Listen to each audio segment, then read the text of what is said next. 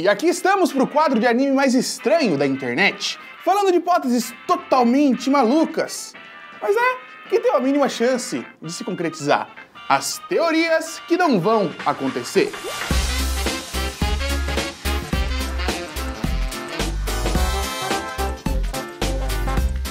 E antes do vídeo, é sempre bom ressaltar que esse é aquele quadro que eu tento fazer você acreditar em teorias que não necessariamente eu acredito 100% dos casos, né? A gente tem outros vídeos já feitos aqui que são One Piece se passa no nosso mundo, onde eu exponho os elementos daquele mundo que tem a ver com o nosso e etc, etc. E Attack on Titan é um experimento alienígena, certo? Os dois estão aqui em cima no card e vamos para esse agora. Fala de Overlord, o protagonista que enganou todo mundo, o protagonista que não existe. Ainz é um NPC.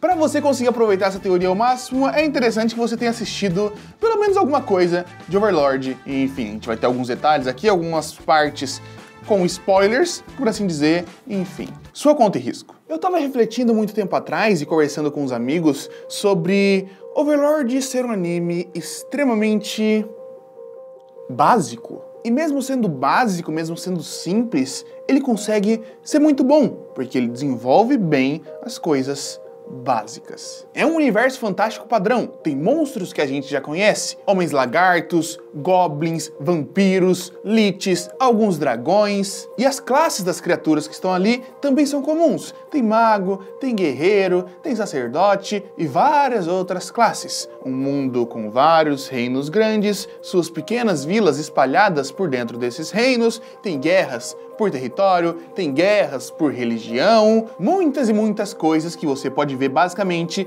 em qualquer jogo de MMORPG. Mas, novamente, estão todas essas coisas de maneira bem feita. Eu acho que é por isso um dos destaques iniciais de Overlord, porque ele consegue trabalhar bem essas coisas básicas que a gente vê em qualquer jogo MMO e qualquer mundo isekai fantástico. Então Overlord aparentemente é muito mais focado em desenvolver seu próprio universo, desenvolver a sua realidade, do que tentar ser transgressor de linguagem, tentar ser inovador, revolucionário. Mas no meio disso tudo a gente tem um ponto diferencial.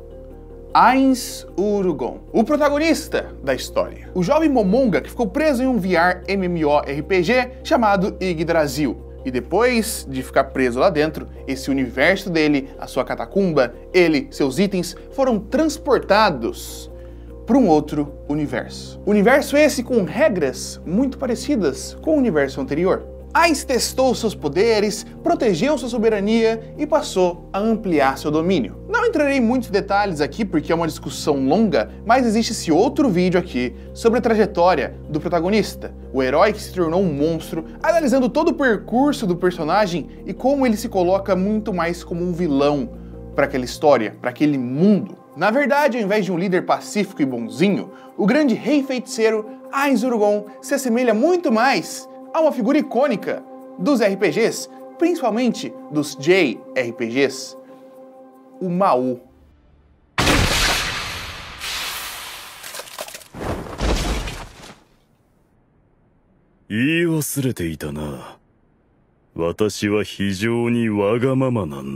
Mao, também conhecido como o Rei Demônio ou o Lorde das Trevas. Ele é absurdamente mais poderoso do que praticamente qualquer um que já apareceu no anime. Detém um império monstruoso que se alimenta de humanos, uma tumba com uma construção assustadora e o principal, acredita estar certo em tudo. Afinal, as outras formas de vida não são tão importantes, elas são diferentes dele. E por esse comportamento bastante regrado, fácil de interpretar quando você entende o padrão e o único ponto fora da curva de Overlord, que é o próprio Ainz, isso me fez refletir e surgiu uma dúvida na minha cabeça.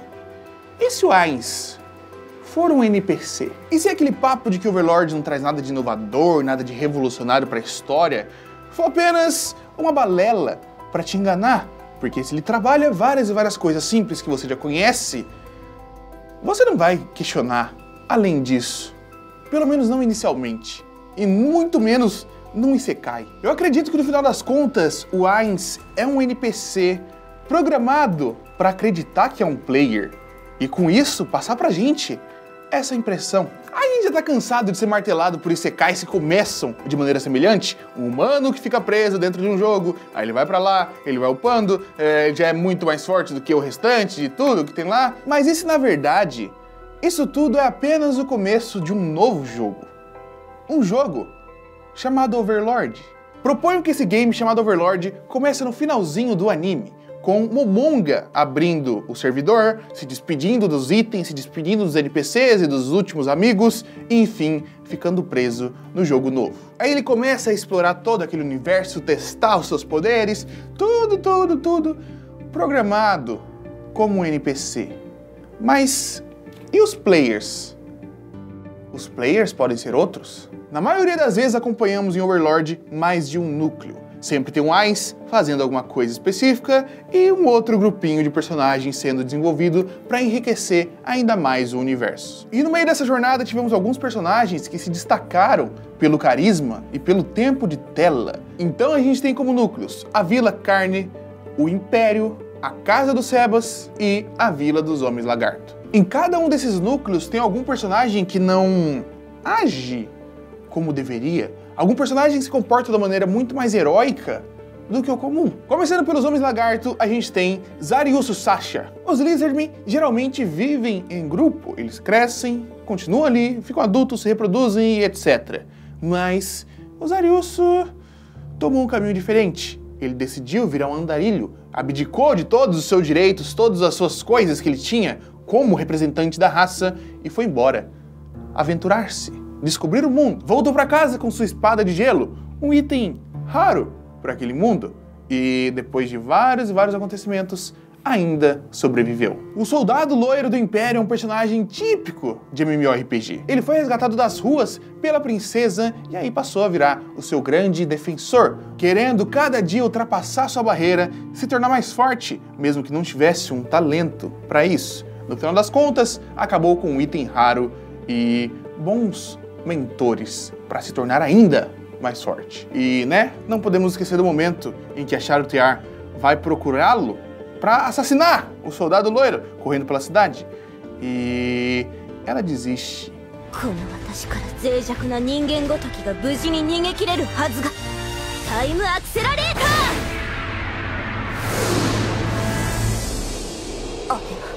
Sebas, mesmo sendo um soldado de Ainz, mesmo sendo um integrante da grande tumba Nazarick, ele age de maneira piedosa. No meio da sua caminhada pela cidade, ele decide ajudar uma escrava que estava sendo abusada e violentada, e isso vai contra todos os padrões de Nazarick. Seus companheiros de lá não gostaram nem um pouco do que estava acontecendo, mas mesmo assim ele se envolveu, salvou a garota e ainda se meteu em algumas lutas pela cidade que não tinham nada a ver com Nazarick.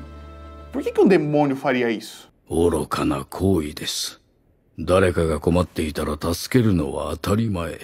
E por fim, a mais importante nessa história toda, você pode até desconsiderar todos os outros três.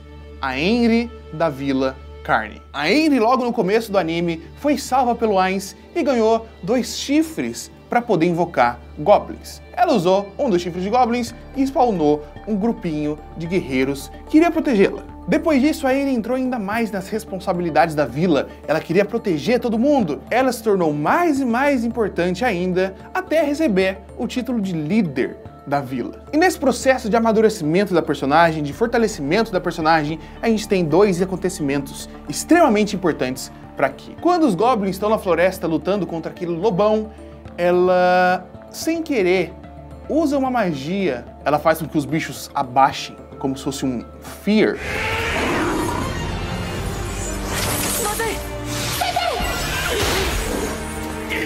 Essa habilidade é bem semelhante à que o Demiurgus usou conversando com os Homens Lagarto, que basicamente botou todo mundo de joelhos quando ele mandou. E além disso, um outro ponto muito importante, depois de uma situação muito agitada, a Henry assopra a outra trombeta, o outro chifre dos Goblins.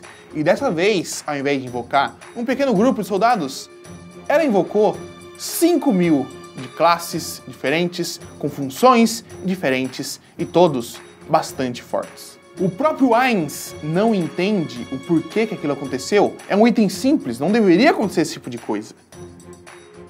Será? Será que na verdade ela não liberou a habilidade do grito e liberou o poder oculto de dentro dela, não por liberar um poder oculto, mas porque ela upou? Ela passou de nível durante todos esses tempos, todas as coisas que ela fez pela vila, todo o processo de proteção da Vila Carne. Mas isso não deveria ser possível para uma camponesa comum? Se ela fosse uma camponesa comum, se ela fosse um player, isso é bem entendível. 大軍を召喚するのに何か条件があったとか？使うタイミング？もしくは使用者のスキルか？ Um player na sua jornada em um jogo, ele vai upar, ele vai farmar, vai fortalecer seus amigos, comprar novos itens, se juntar com um grupo, invadir uma dungeon e então lutar contra o Dark Lord. O que eu quero dizer é que todos esses outros personagens que eu citei aqui, com destaque principalmente para Henry, parecem ser muito mais players do que o Ainz. O Ainz está seguindo, mesmo que ele converse com a gente, mesmo que tenha a quebra da quarta parede, dele pensando, não sei o que, ele está seguindo o seu papel básico de Lorde Demônio.